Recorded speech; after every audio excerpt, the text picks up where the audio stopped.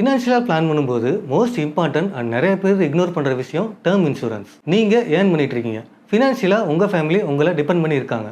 அப்போ நீங்கள் கண்டிப்பாக டேர்ம் இன்சூரன்ஸ் எடுத்து வைக்கணும். ஸோ இதை நீங்கள் எப்போ பை பண்ணணும், எப்படி சூஸ் பண்ணுறது, எவ்வளோ இயர்லியாக நீங்கள் ஸ்டார்ட் பண்ணுறீங்களோ அந்தளவுக்கு உங்களுக்கு ப்ரீமியம் ரொம்பவே கம்மியாக கிடைக்கும். உதாரணத்துக்கு உங்களோட 20ஸ்லேருந்து 30ஸ்க்குள்ளே நீங்கள் எடுத்தீங்கன்னா உங்களோட ப்ரீமியம் ரொம்பவே கம்மியாக இருக்கும். ஏஜ் கூட கூட ப்ரீமியமோட ரேட்டும் அதிகமாகிக்கிட்டே இருக்கும். டேர்ம் இன்சூரன்ஸ் எடுக்க போகிறதுக்கு முன்னாடி 4 முக்கியமான விஷயத்தை நீங்கள் கவனிச்சே ஆகணும். First claim settlement ratio.